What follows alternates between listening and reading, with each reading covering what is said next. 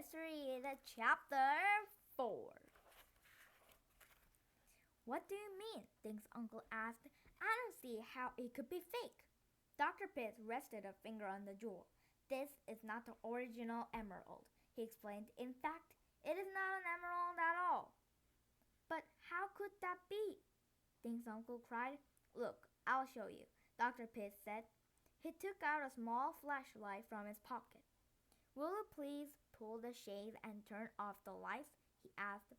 Dink was closest to the windows, so he pulled the shades down and clicked off the lights over the fish tank.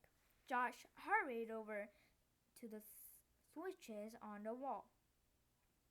When the room was dark, Dr. Pitts turned on his flashlight and shone the beam on the jewel. Suddenly, the flashlight went out. Dink heard something hit the desktop, then roll off and make a soft thud on the carpet. Sorry, Dr. Pitts murmured. I seem to have dropped my flashlight. Can someone please? I'll get it, Josh said in the dark. He knelt down and fumbled around under the desk. Found it, he said a moment later. He stood, switched it on, and aimed the light at the desk. Thank you, young man, Dr. Pitts said. He took the flashlight and pointed at the jewels once more. You see, if this were a real emerald, the light would penetrate, he explained. The light beam would go to the heart of the jewel. He tapped the finger against the jewel. But this is just glass. Notice how the light bounces off the surface? The light does not enter the stone. He shone the light on his own face. Of course, that is just my opinion. You are welcome to get another, Mr. Duncan. I certainly will, Dink's uncle said. He walked over to the wall and switched on the lights. Dink blinked at the sudden brightness. His uncle looked very upset. But simply, I can't understand how the real emerald could have been switched for a fake one. Dink's uncle continued. Are you absolutely sure? Dr. Pitts nodded. Unfortunately, yes, I am sure. Then the swap must have taken place before the crate arrived, Uncle Warren declared. Perhaps it happened in South America, where the Jaguar was wrapped. Dr. Pitts shook his head. I'm sorry, but I was there for the packing. I assure you, when the Jaguar was put into this crate, the emerald was real. Dink's uncle stared at the Jaguar. But I don't see how it was possible, he repeated. Dr. Pitts shrugged. Of course, I have to report this to the police, he said. If you want that second opinion. Dink's uncle hurried across the room and opened the door for James Price's office. James, please call Empire Jewelry on Broadway. Ask Regina Wu to come on immediately. Tell her it's urgent. While they waited, Dr. Pitts examined the lock on the office door and wrote something on a small pad. Uncle Warren slumped in his chair and stared at the statue. The kid sat on the rug and waited. Dink wanted to say something to his uncle, but he looked too upset. Long minutes passed. Then a knock sounded at the door. Uncle Warren jumped up. He let in a tall woman wearing a black raincoat.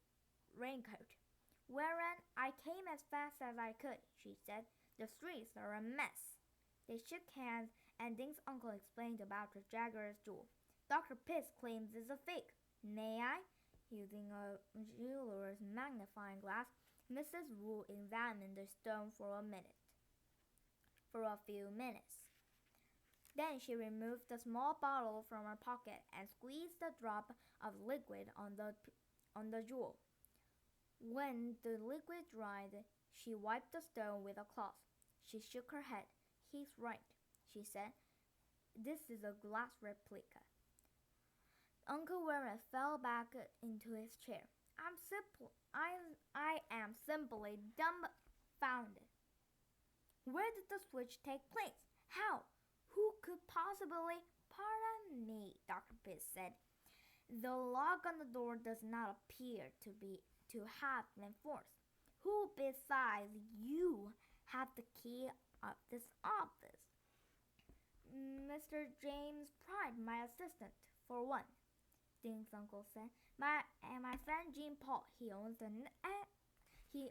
restaurant next door to the museum. He let the delivery man into my office yesterday. So this Jean Paul has a key, Dr. Piss said. Uncle Warren shook his head. Not to keep. I lent him my key, since the crate was due while James and I were away from the museum. So 2 kids besides yourself had access to the Jaguar. Is that right? Dr. Pitts asked. Your assistant and your friend? That is correct, but I assure you neither of them has touched that statue. The idea is absurd. Excuse me, Uncle Warren, Dink said. Everyone turned to look at Dink. Wouldn't there be fingerprints? I mean, if someone did take the real jewel, they may leave prints on the fake one, right? No one spoke for a minute.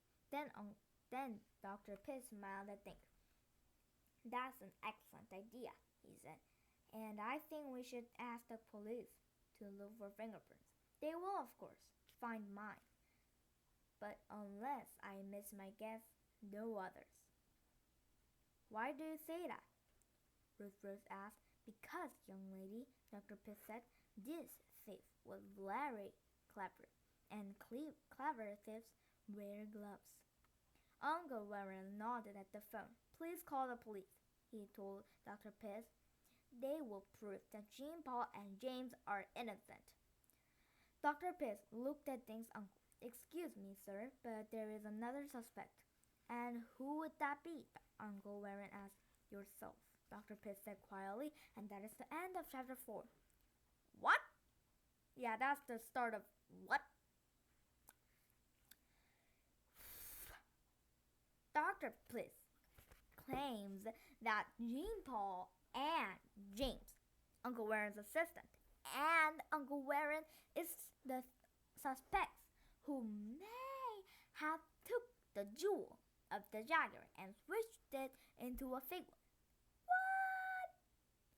I mean, Uncle Warren was all of the time with the 3 kids, Dink, Josh, and Rivers. He couldn't even, switched it into another one and put it back into a fake one. Maybe Jean Paul? Uncle Warren lended him the key of the office. And John has the key that is same that with Uncle Warren. I don't know. See you later with chapter 5.